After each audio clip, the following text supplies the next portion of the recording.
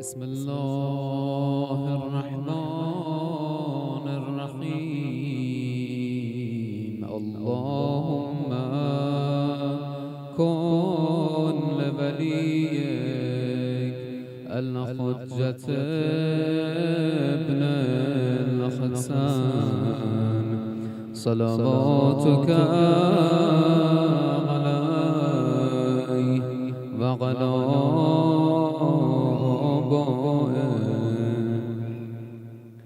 في هذه الساعة وفي كل ساعة وليا وحافظا وقائدا وناصرا ودليلا حتى تسكنه أرضك طوعا وتمتعه فيها قليلا برحمتك يا أرحم الراحمين.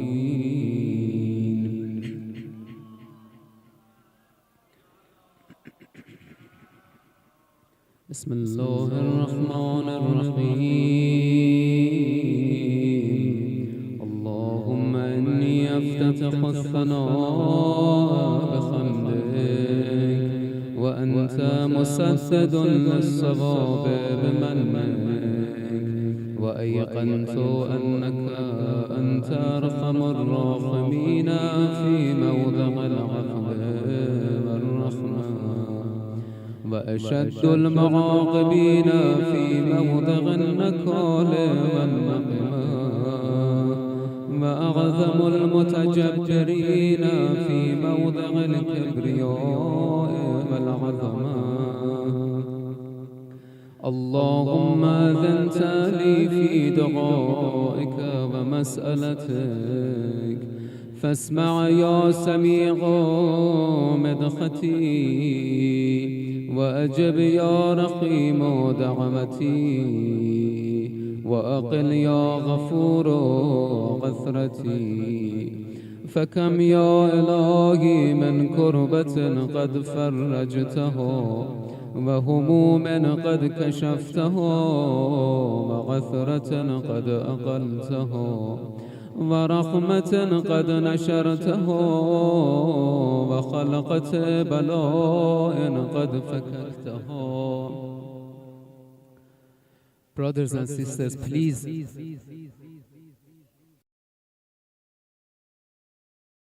disrespectful to the dua. It's not disrespectful to the reciter, it's disrespectful to the dua. Could you please help this side? Sisters don't care about dua.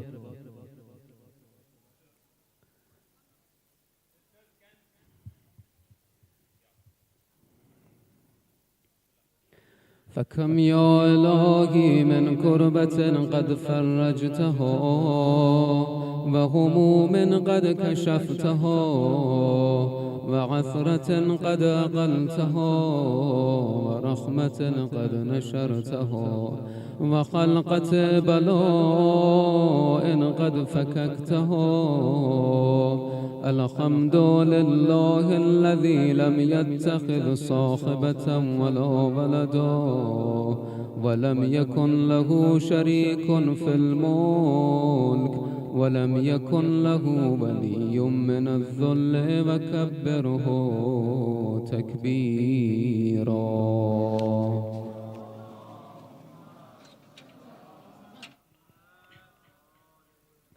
الحمد لله بجميع محامده كلها، على جميع نعمه كلها.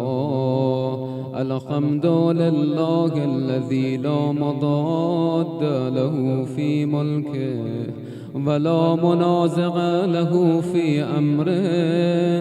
الحمد لله الذي لا شريك له في خلقه، ولا شبيه له في عظمته. الحمد لله الفاشي في الخلق أمره وحمده، الظاهر بالكرم مجده، الباسط بالجود يده، الذي لا تنقص خزائنه ولا تزيده كثرة العطاء إلا جودا وكرما. إنه هو العزيز الوهاب. اللهم إني أسألك قليلا من كثير مع حاجة بي إليه عظيمة، وغناك عنه قديم، وهو عندي كثير، وهو عليك سهل يسير.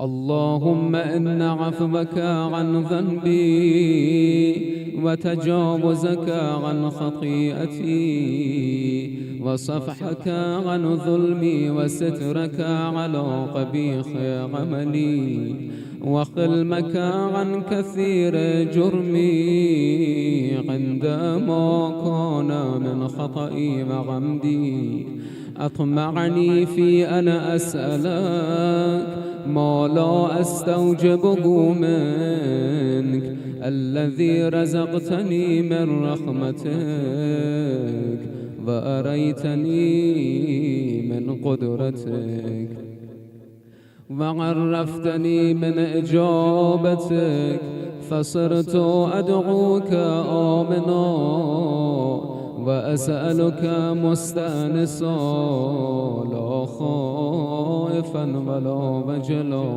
مدلا عليك فيما قصدت فيه إليك، فإن أبطأ عني عتبت بجهلي عليك، ولعل الذي أبطأ عني هو خير لي لعلمك بعاقبة الأمور. فلم أرى مولا كريما أصبر على عبد لئيم منك عليك. يا رب إنك تدعوني فأبلغك، وتتخبب إلي فأتبغض إليك، وتتمدد إلي فلا أقبل منك كأن لي التقمل عليك. فلم يمنعك ذلك من الرحمة لي والإحسان إلي والتفضل علي بجودك وكرمك، فرحم عبدك الجاهل وجد عليه بفضل إحسانك، إنك جواد كريم. الحمد لله مالك الملك مجري الفلك مسخر الرياح فالق الإصباح ديان الدين رب العالمين. الحمد لله على علمه بعد علمه، الحمد لله على حلمه بعد علمه، والحمد لله على عفوه بعد قدرته، والحمد لله على طول أناته في غضبه وهو قادر على ما يريد. الحمد لله خالق الخلق باسط الرزق فالق الإصباح ذي الجلال والإكرام والفضل والإنعام، الذي بعد فلا يرى وقرب فشهد النجوى، تبارك وتعالى. الحمد لله يعادله ولا شبيه يشاكله، ولا ظهير يقاضده، قهر بقزته الأقزاء وتباذق لعظمته العظماء، فبلغ بقدرته ما يشاء. الحمد لله الذي يجيبني حين أناديه، ويستر علي كل عورة وأنا أعصيه، ويعظم النعمة علي فلا أجازيه. فكم من موهبة هنيئة قد أعطاني، وعظيمة مخوفة قد كفاني، وبهجة مونقة قد أراني، فأثني عليه حامدا وأذكره مسبحا. الحمد لله الذي لا يهتك حجابه، ولا يغلق بابه، ولا يرد سائله، ولا يخيب آمله.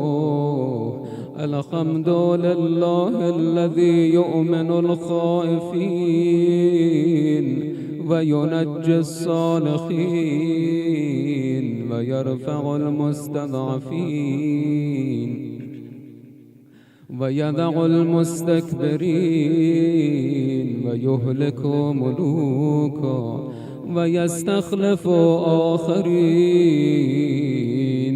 والحمد لله قاسم الجبارين، مبير الظالمين، مدرك الهاربين، نكال الظالمين، صريخ المستصرخين، موضع حاجات الطالبين، معتمد المؤمنين.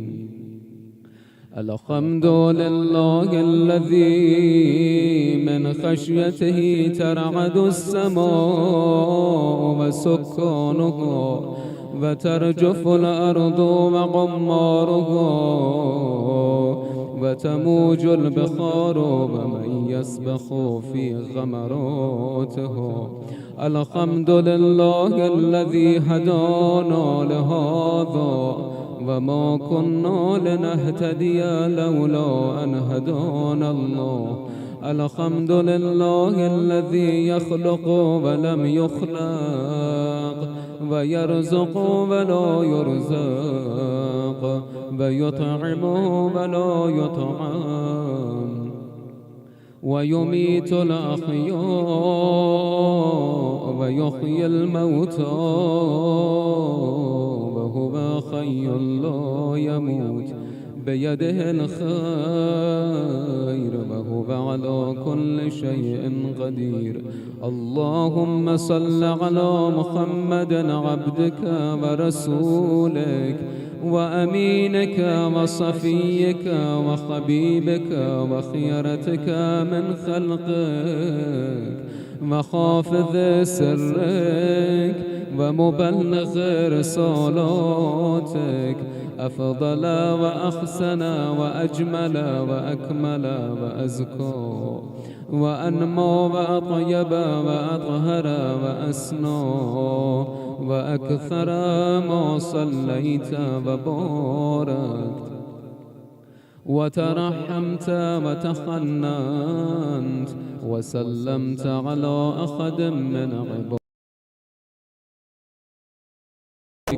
ورسلك وصفوتك وأهل الكرامة عليك من خلقك. اللهم وصل على علي أمير المؤمنين ووصي رسول رب العالمين، عبدك ووليك وأخي رسولك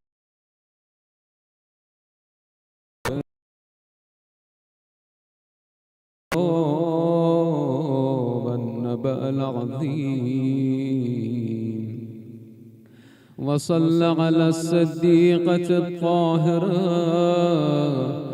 فاطمة سيدة نساء العالمين، وصل على سبقي الرحمة إمامي الهدى الحسن والحسين سيدي شباب أهل الجنة، وصل على أئمة المسلمين علي بن الحسين ومحمد بن علي وجعفر بن محمد وموسى بن جعفر وعلي بن موسى ومحمد بن علي وعلي بن محمد والحسن بن علي والخلف الهادي المهدي.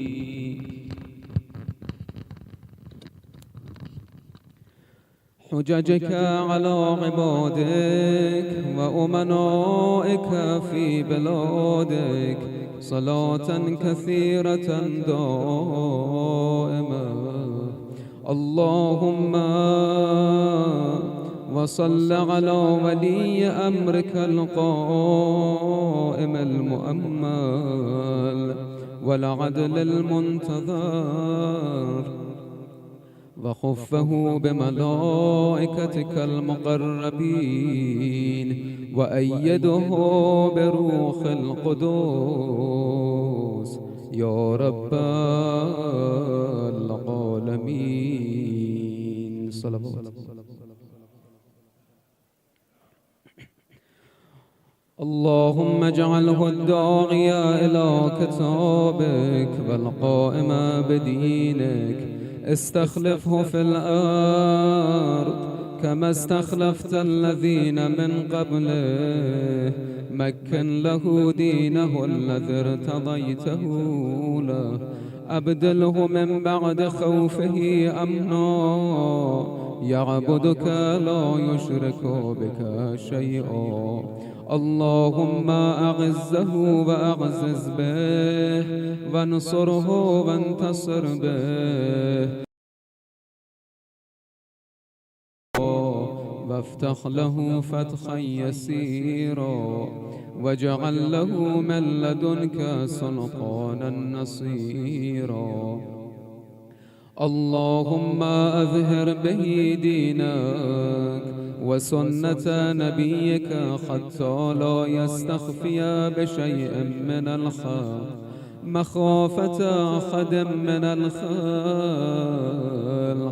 اللهم إنا نرغب إليك في دولة كريمة تعز بها الإسلام وأهله، وتذل بها النفاق وأهله، وتجعلنا فيها من الدعاة إلى طاعتك والقادة إلى سبيلك، وترزقنا بها كرامة الدنيا والآخرة. اللهم ما عرفتنا من الحق فحملناه، وما قصرنا عنه فبلغناه. اللهم المم به شعثنا، واشعب به صدعنا، وارتق به فتقنا، وكثر به قلتنا،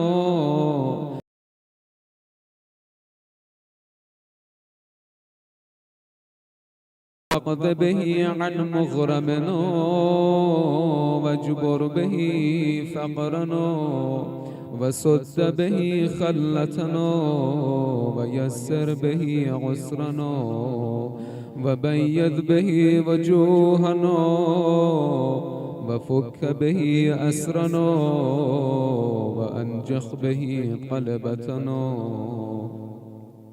وأنجز به مواعيدنا، واستجب به دعوتنا، وأعطنا به سؤلنا، وبلغنا به من الدنيا والآخرة آمالنا، وأعطنا به فوق رغبتنا، يا خير المسؤولين وأوسع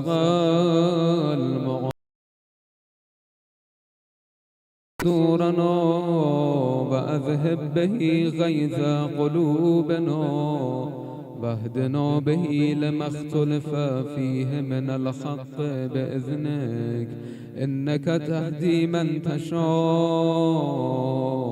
إلى صراط مستقيم وانصرنا به على عدوك وعدونا إله الحق آمين اللهم إنا نشكو إليك فقد نبينا صلواتك عليه وآله وغيبة ولينا وكثرة عدونا وقلة عددنا وشدة الفتن بنا وتظاهر الزمان علينا فصل على محمد وآله وأعنا على ذلك بفتح منك تعجله وبضر تكشفه ونصر تعزه وسلطان حق تظهره ورحمة منك تجللنا وعافية منك تلبسنا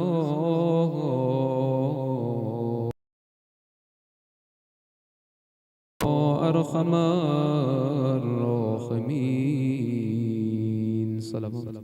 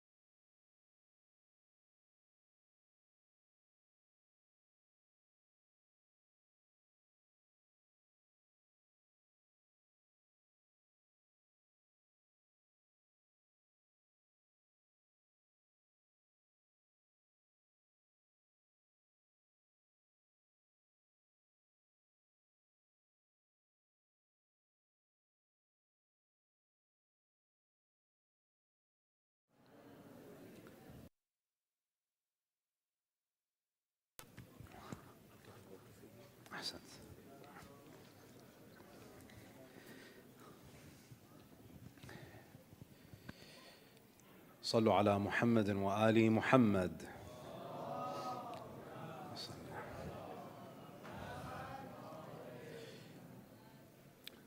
Before we begin, there was a request for everybody to move forward.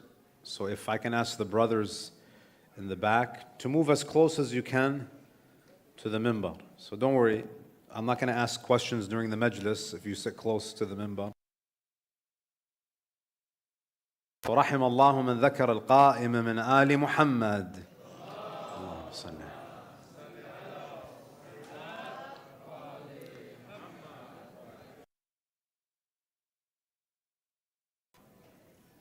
A second salawat for the love of Rasulullah sallallahu alayhi wa alihi.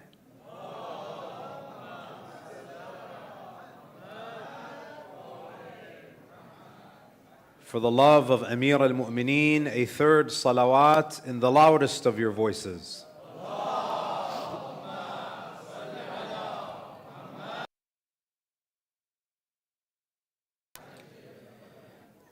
أعوذ بسم الله الرحمن الرحيم الحمد لله رب العالمين والصلاة والسلام على خاتم الأنبياء والمرسلين سيدنا ونبينا محمد وعلى أهل بيته الطيبين الطاهرين.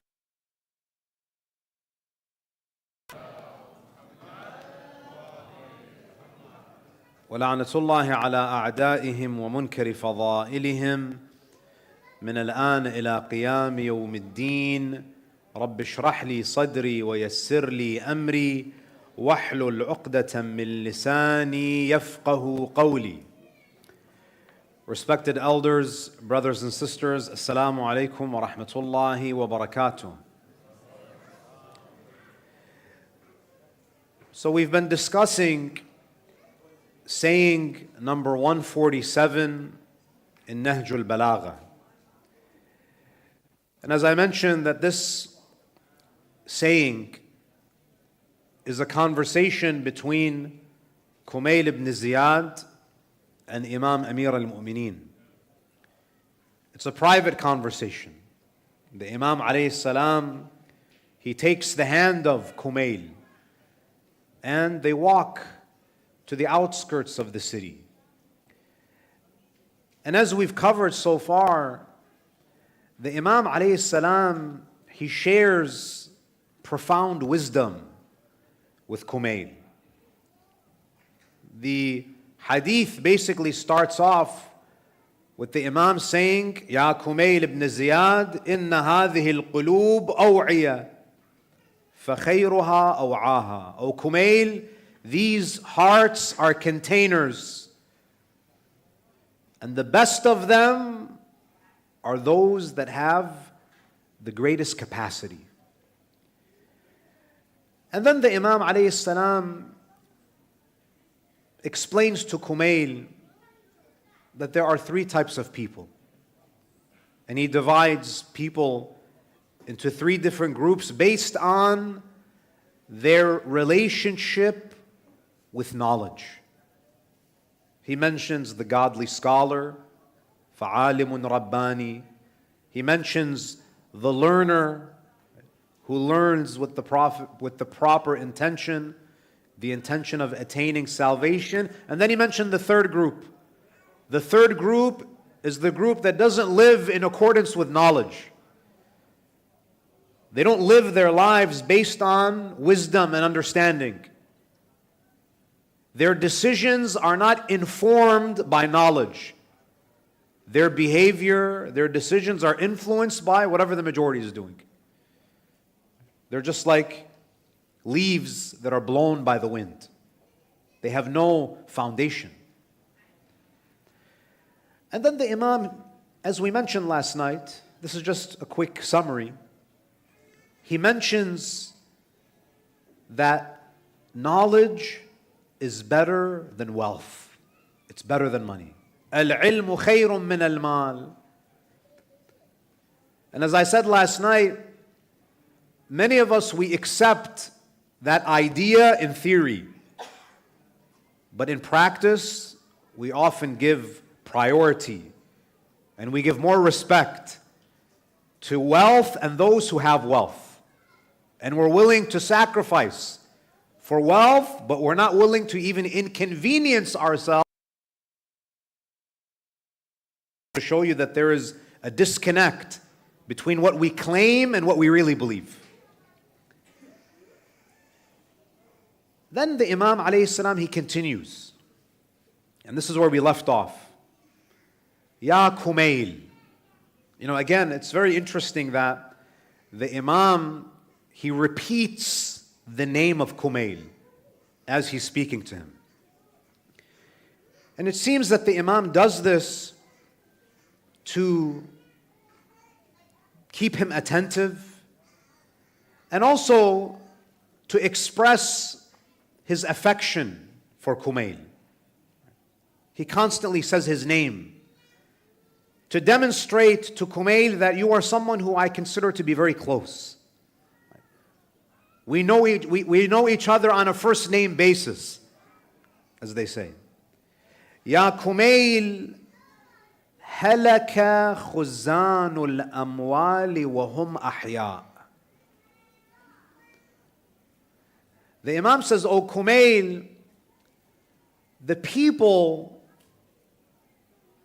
who amass wealth, whose entire lives are about the accumulation of money.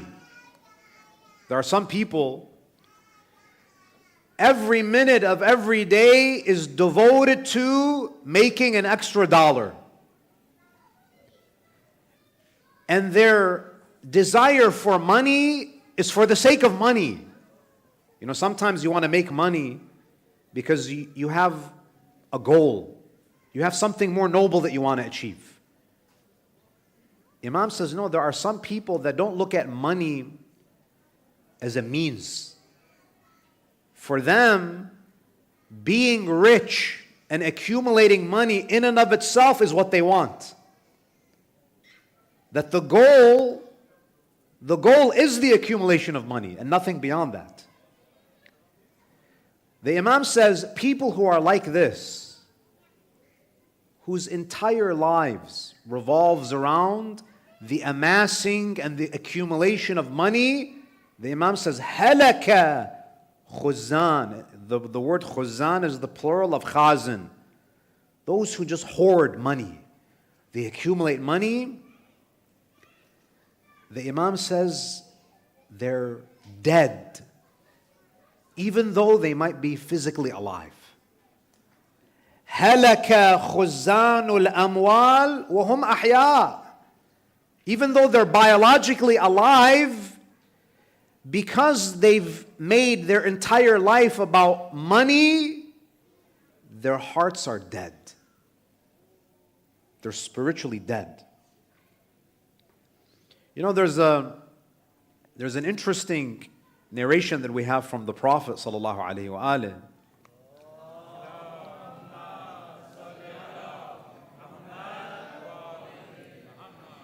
He says, "Arba'un yumitna al-qalb." You know, so in the beginning of the hadith, we spoke about the importance of hearts that are always increasing in capacity, so that we can receive more from Allah. Now, the absolute worst thing that could happen to a human being is for their hearts, for their spiritual hearts, to die. That's the worst thing that could happen. For your spiritual heart to die.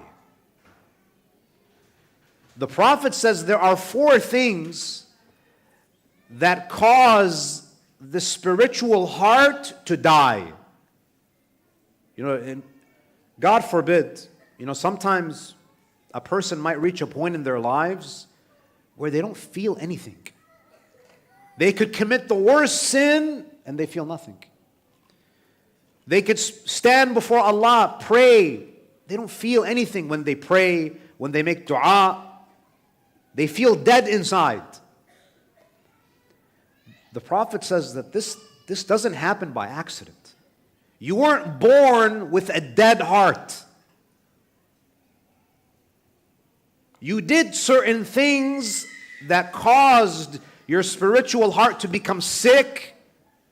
And then over time, because you didn't treat the sickness, your spiritual heart has died. So what causes? The Prophet says, number 1, الذنب على الذنب. To sin persistently. Your heart is not going to die if you commit a sin. Otherwise, we would all be doomed. When does it become very dangerous? When you sin, you don't repent. You do it again, you don't repent.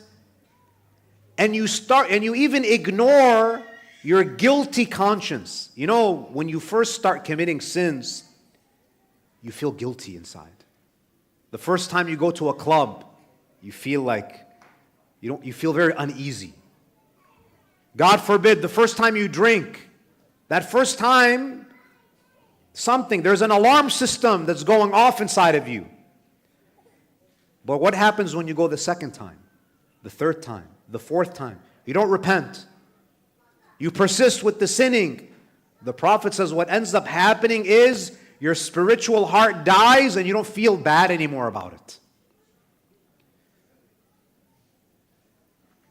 And people don't get to that point by doing it the first time. Repetitive sinning leads to the death of the spiritual heart. And once the heart dies, it's very difficult to bring it back to life. It needs some sort of divine intervention. And then the Prophet, he says, وَكَثْرَةُ مُنَاقَشَةِ النِّسَاءِ يَعْنِي مُحَادَثَتَهُنْ. Another thing that causes the hearts to die is to excessively talk and interact with the opposite gender. Now, Islam doesn't say that men and women should not communicate at all. No. You can communicate, but your communication should have a purpose. Because when you get too comfortable talking to non-mahrams, oftentimes what leads, it starts off in a very professional way, and it's a very formal conversation. But if you're constantly brushing shoulders and interacting with the opposite gender, inevitably what's going to happen is red lines are going to be crossed. And then it starts to erode. It starts to eat away at your sense of modesty.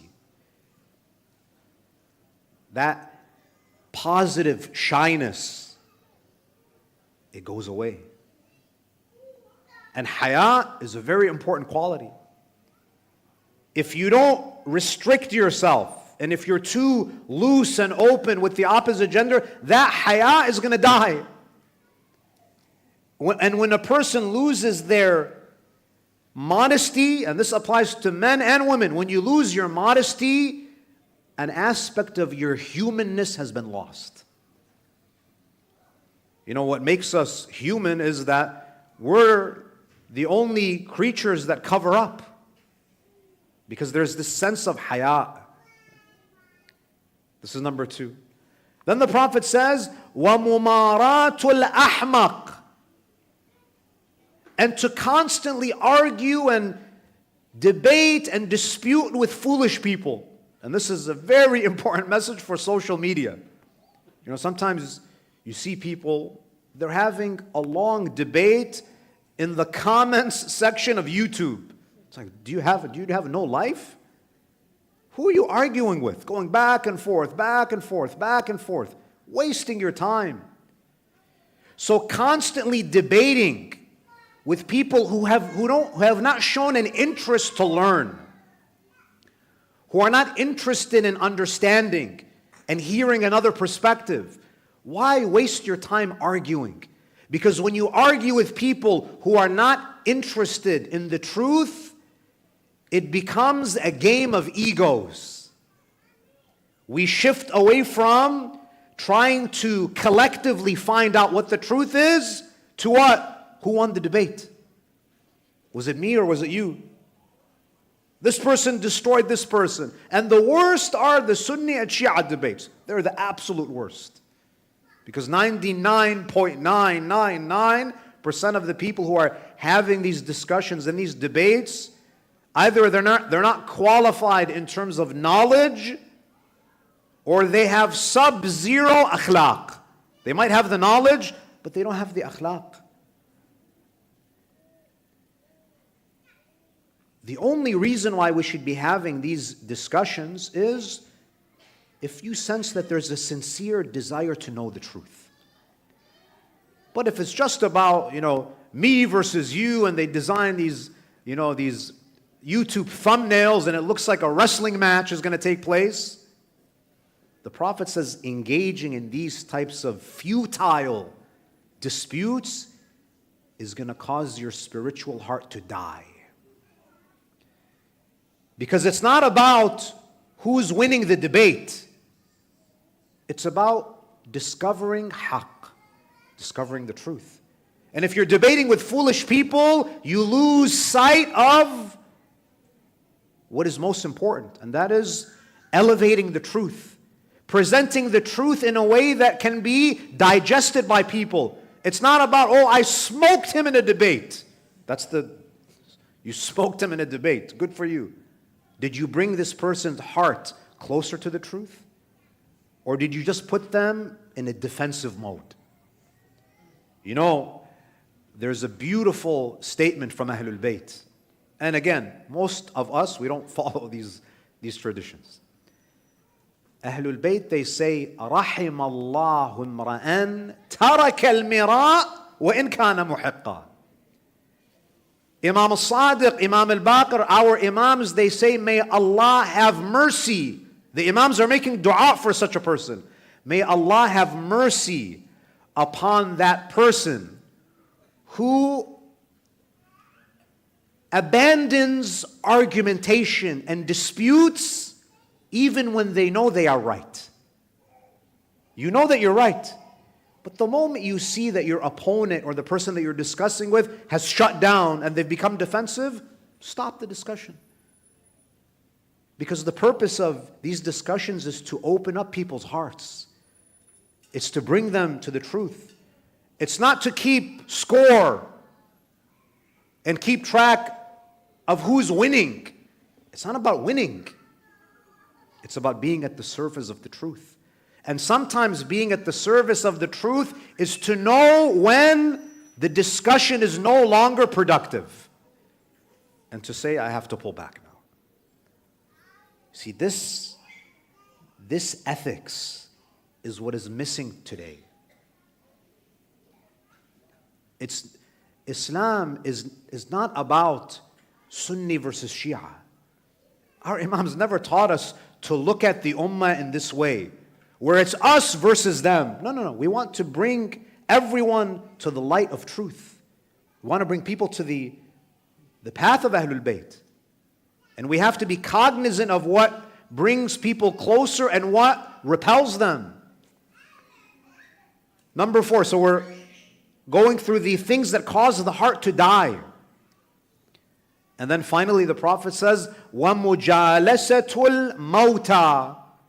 The 4th thing that causes the heart to die is to sit with dead people. Now you read this sounds like a horror movie. What do you mean sit with dead people? So the hadith says, the companions of the Prophet were confused. Ya Rasulullah, what do you mean sitting with the dead causes the heart to die? We sit with the living. What crazy person would want to go, so should we dig up the graves and just take out the dead and sit with them? What does that mean? فَقِيلَ يَا رَسُولَ اللَّهِ وَمَا الْمَوْتَى. Who are you referring to when you mean the dead? The Prophet says, كُلُّ غَنِيٍّ مُتْرَفٍ. To sit with people who are rich and money is their only goal in life. Now of course we're not saying that we have nothing against rich people. The Prophet is not saying avoid the rich, repel them. We're not Marxists. The Prophet is saying avoid people whose only purpose in life is just to accumulate money. People who worship money.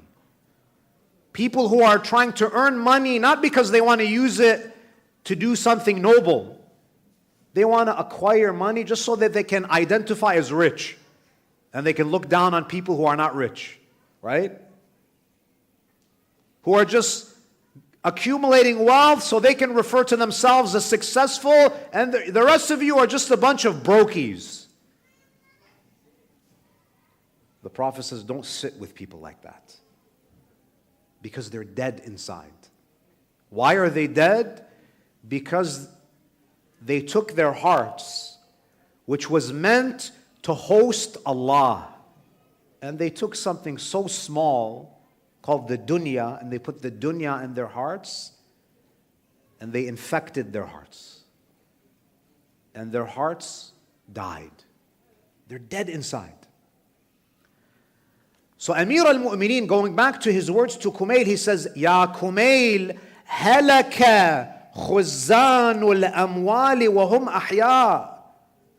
O Kumail, those people who hoard and they accumulate and they amass wealth just for the purpose of accumulating wealth, they are dead even when they are alive. It makes you think, if they are dead even when they're biologically alive, what is their condition when they actually die? And then the Imam says what? وَالْعُلَمَاءُ بَاقُونَ مَا بَقِيَ الدَّهْرِ. The people who have made their only purpose in life the accumulation of dollars, the Imam says they're dead even before we put them in the grave. They're already dead. But then the Imam says, but the scholars, those people who have ilm and who are connected to Allah, they are eternal. They're never going to die.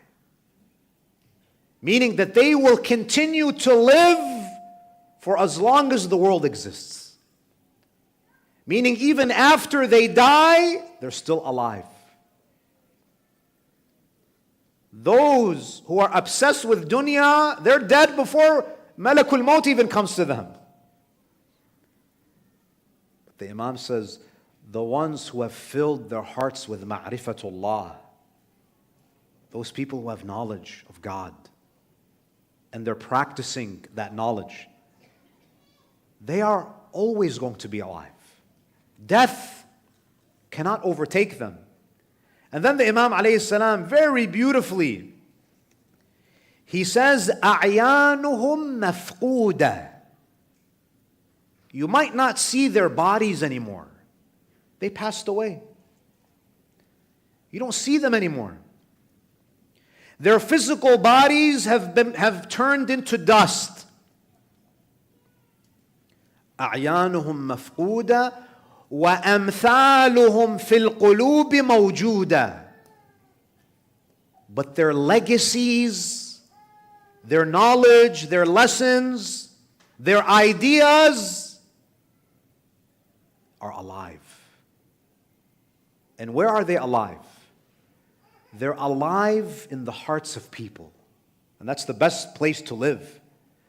They're not only alive, they are residing in the hearts of people. I'll give you a very simple example. In the first majlis, which scholar did I mention? I spoke about Shaheed Mutahari. This great man, this great scholar, who devoted his life to knowledge and the dissemination of knowledge. He passed away about a half a century ago. But we talk about him as if he's with us. Do you think Shaheed Mutahari ever thought that 50 years after my death, someone is going to mention me on a mimbar in Brisbane, Australia? Do you think he ever thought that? There are people today, they're alive, physically alive. It's as if they don't even exist. Because they're chasing things that are fleeting. Dunya in its nature is fleeting, it's temporary, it's going to perish. But when you connect to the one who does not die, you become the living who does not die. Shaheed Mutahari, even though we don't see him, we feel as if he's with us. The Imam says, أَعْيَانُهُمْ مَفْقُودَةً. You don't see them, but they're alive. So from the perspective of Imam Ali, life and death is not just about who is physically alive and who's physically dead. Life and death is more about the impact that you have. There are people who lived 1,000 years ago, and they have more of an impact today than when they were physically alive. How many of you have heard of Kitabul Kafi? Raise your hand. Kitabul Kafi is the most important collection of hadith in the Shia tradition. It was compiled by Sheikh Muhammad ibn Yaqub al-Kulayni 1100 years ago. It took him 20 years to gather all of these ahadith and organize them into sections. 20 years. And this was before internet and Google searches and chat GPT. No, they had to do real work. They had to travel. You know, some of our scholars, they were so passionate about gathering the knowledge of Ahlul Bayt that if they heard that someone in the forest villages in India has a hadith, they would go and travel all the way to get that one hadith from them. They would travel for weeks and months because there's someone that has a hadith. You know, they can't call them, there's no email. They had to physically go. They go and they would write down the hadith and they would come back. Now we have all of the ahadith of Ahlul Bayt on our phones and we don't read them. Sometimes I think Allah is going to question us. And He's going to bring someone who lived 600 years ago and they know hundreds of hadith, thousands of ahadith of Ahlul Bayt, they're familiar with them. And they didn't have iPhones and iPads and laptops. For them, it was really difficult to acquire this knowledge. And Allah is going to bring people like me, people like us. We had all of the ulum of Ahlul Bayt on our fingertips, and we don't even know the ABCs of Islam.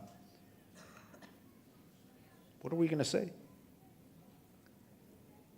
So the Imam says, هَلَكَ خُزَّانُ الْأَمْوَالِ وَهُمْ أَحْيَاء.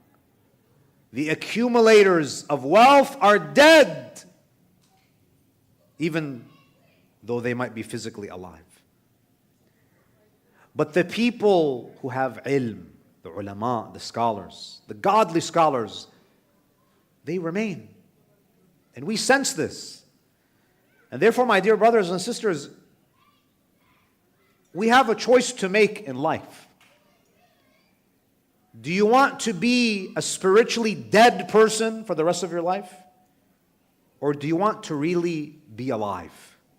Allah subhanahu wa ta'ala in the Quran, He addresses us, mu'mineen, Ya ayyuha alladhina amanu istajibu lillah. O you who believe, answer, respond to the invitation of Allah and His Messenger. Ya ayyuha alladhina amanu istajibu lillahi wal rasul. An invitation has been given to you and me from Allah and from Rasulullah. يا أيها الذين آمنوا استجيبوا لله وللرسول إذا دعاكم لما يحييكم. Allah is inviting you to a path that will enliven your heart, that will make you feel alive. Money, materialistic things are never going to make you feel alive. Why do you think so many people who have millions and billions of dollars end up committing suicide? Because they're wondering, okay, what's going on? I have everything, but I still feel empty. And they have what? They have the midlife crisis. I did everything that I was supposed to do. I went to school, I got a good job, I made money. On paper, I have everything. But you know what they're missing? They're missing Allah. They have nothing. They feel dead. And the worst type of pain is to feel spiritually dead. That's the worst type of pain. So how do we want to live? You have a choice. You're either going to live a life where you're spiritually alive or you're spiritually dead. And the choice is yours. أعيانهم مفقودة وأمثالهم في القلوب موجودة. And then look at what the Imam says. He says, إنها هنا لعلما جما وأشار إلى صدره. As Imam Ali alayhi salam is speaking to Kumail, he says, "O Kumail, there is an abundance of knowledge that is here." And the Imam, he points to his chest. He says, there is so much knowledge in this heart. لو أصبت له حملا. If only I could find people to pass this knowledge to. Isn't this sad? Wallah, you read this and you want to cry. Look at Amir al-Mu'mineen. You have someone who is willing to give knowledge, who's willing to share knowledge that will revive the hearts, that will make people feel alive in the truest sense of the word. But no one's interested in what Ali has to give. They just want the silver coins and the gold coins, thinking that that's going to make me feel happy. So Amir al-Mu'mineen, he's saying that I'm looking for people to take this knowledge. I want to pass this on. Ali is looking for containers. He's looking for hearts that can preserve and protect this knowledge and pass it down from generation to generation. You know, so for any action to take place, you know, philosophers say that there are two things that have to happen. For knowledge to transfer from heart to heart, we need, number one, fa'iliyatul fa'il. The giver has to be capable, meaning the one who's giving has to have knowledge. They have to have the qualifications. The giver, the doer, has to be capable. In the time of Amir al-Mu'mineen, the giver is capable. The teacher is there. But what's the problem? Qabiliyatul qabil. The receiver is not capable. The one who's receiving doesn't have the capacity. And then the Imam alayhi salam, you see, what does the Imam mean when he says that I have so much knowledge that I want to pass on? You might say, but Sheikh, Nahjul Balagha is filled with sermons of Imam Ali speaking to the public. That's true. But with Ahlul Bayt, they have a two-pronged education plan for the Ummah. If you look at all of the Imams of Ahlul Bayt, they had an education plan for the general public. The knowledge that they would give to everybody. Knowledge that even a beginner can appreciate and understand. But then there's another type of knowledge, the deeper knowledge, that they only give to hearts that have the capacity to take it. The Imam is basically saying that I give the general knowledge to the masses, but I have some really, really good stuff, deep knowledge that I want to pass on to special people, but I can't find them. I can't find those recipients who I can transfer that deeper knowledge to. And then the Imam alayhi salam, he says, Bala, he says, yes, there are people that want to take knowledge from me, who want that deeper knowledge, but there's a problem. Bala, asabtu laqina. Yes, I've met people who want that deeper knowledge from Ali. But Imam Ali alayhi salam, what does he say? He says, I've met many intelligent people. غَيْرَ مَأْمُونٍ عَلَيْهِ. Imam says there are some students who come to me. They're very intelligent, but they're not trustworthy. They're intelligent, they're very clever people, but they have ill intentions. What do you mean by ill intentions? Ya Amir al-Mu'mineen, مستعملا آلة الدين للدنيا. مستعملا آلة الدين للدنيا. These are people who come to me and they want to use religion as a tool for worldly gains. The Imam says there are some people, they want to use religion as a business. Their hearts are not in the right place. They want to gain knowledge for the wrong reasons. They want to be prestigious in society. They want to be respected. They want to increase their social capital through religious knowledge. So even though they're studying religion, their goal is to use religion to get more dunya. So Imam says, I don't want to share the deep aspects of Islam with these people. Their minds are sharp, but their hearts are corrupted. وَمُسْتَظْهِرًا بِنِعَمِ اللَّهِ عَلَىٰ عِبَادِهِ. These are the types of people, they want to use knowledge to assert their dominance over other people. There are some who see the attractiveness of religious authority. They want power. They want authority. وَمُسْتَظْهِرًا بِنِعَمِ اللَّهِ عَلَىٰ عِبَادِهِ. Knowledge is a ni'mah, but they want to use this ni'mah to assert their dominance and their superiority over other people. وَبِحُجَجِهِ عَلَىٰ أَوْلِيَائِهِ. They want to learn Quran. They want to learn the ahadith to harm righteous people.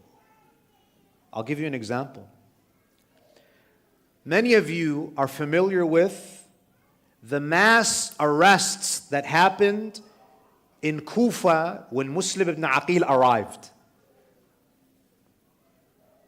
Many Kufans who were loyal to Imam al-Hussein, they were jailed.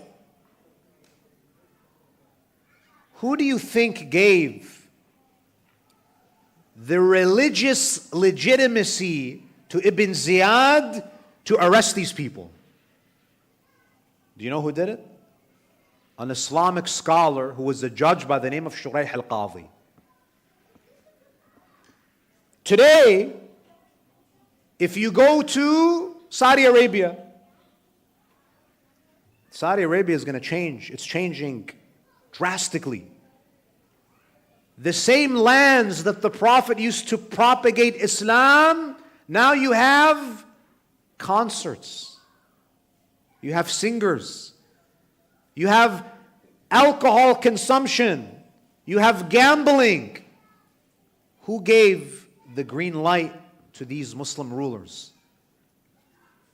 The scholars who find verses in the Quran and Ahadith to say that, oh, it's okay, the ends justifies the means, and they'll give a religious justification for this immoral behavior. Amir al-Mu'mineen, he says, there are those who come, they want knowledge, they're clever, they're intelligent, but they are ill-intentioned.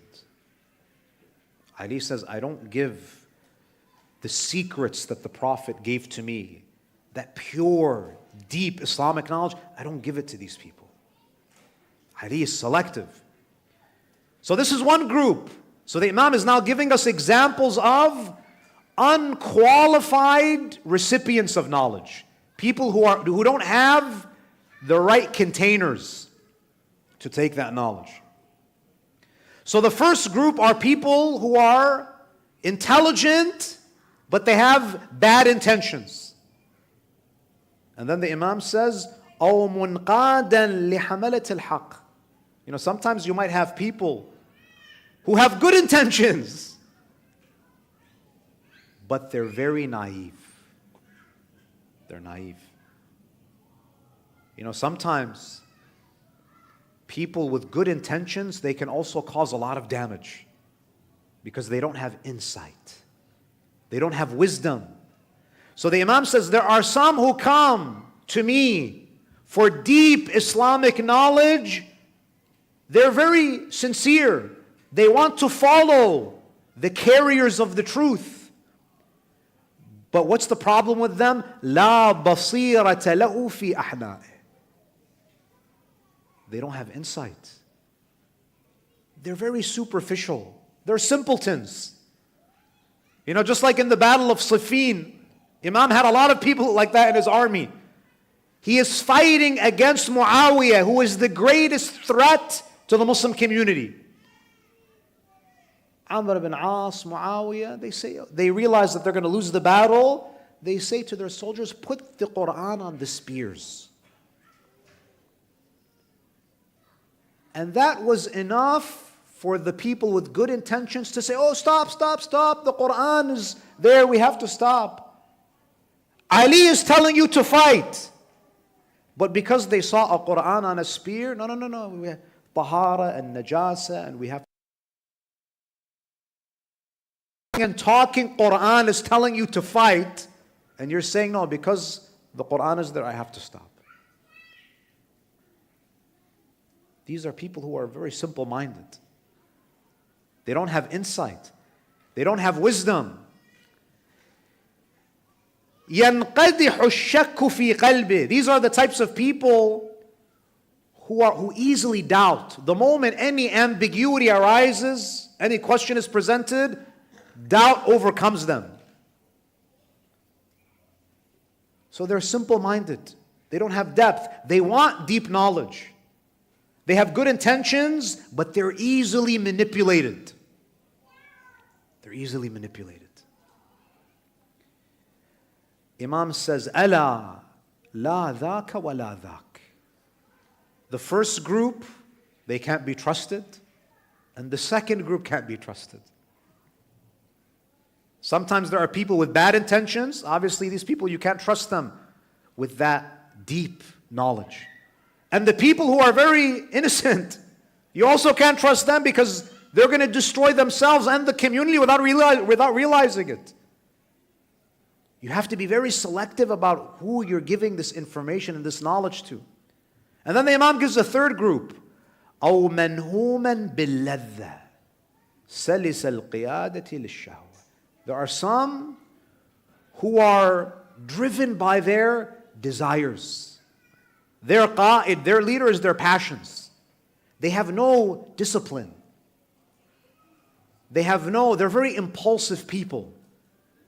The Imam says, I need people, if I'm going to give this knowledge to them, they have to have discipline. Because the thing with a lot of knowledge is that when you have a lot of knowledge and very little discipline, you start to use the knowledge to find loopholes. Meaning, you're sitting there and you start doing ghibah.